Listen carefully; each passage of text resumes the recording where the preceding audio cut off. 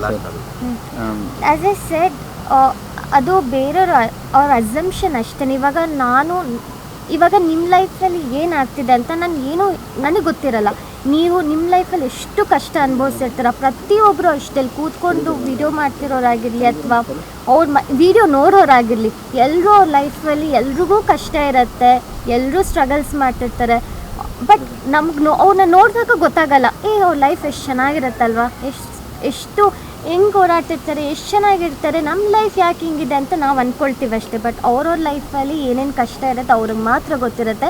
ಅದಕ್ಕೆ ಸುಮ್ಮನೆ freedom of speech ಇದೆ ಅಂತ ಕೆಟ್ಟದಾಗಿ ರಿಕ್ವೆಸ್ಟ್ ಅಷ್ಟೇ, ಏನೇನೋ ಅನ್ನೋದು. ಐ ಹೋಪ್ ನೀವು ಮಾಡಬೇಡಿ, ಬಟ್ ಹಂಗೂ ಮಾಡಬೇಕು, ಟ್ರಾಲ್ ಮಾಡಬೇಕು ಅಂದರೆ ಮಾಡಿ. ನಿಮ್ಗೆ ಖುಷಿ ಸಿಗತ್ತಾ ಒಬ್ರು ಕೆಟ್ಟದ್ದು ಬಯಸೋದು, ಓಕೆ, ನೋ ಪ್ರಾಬ್ಲಮ್.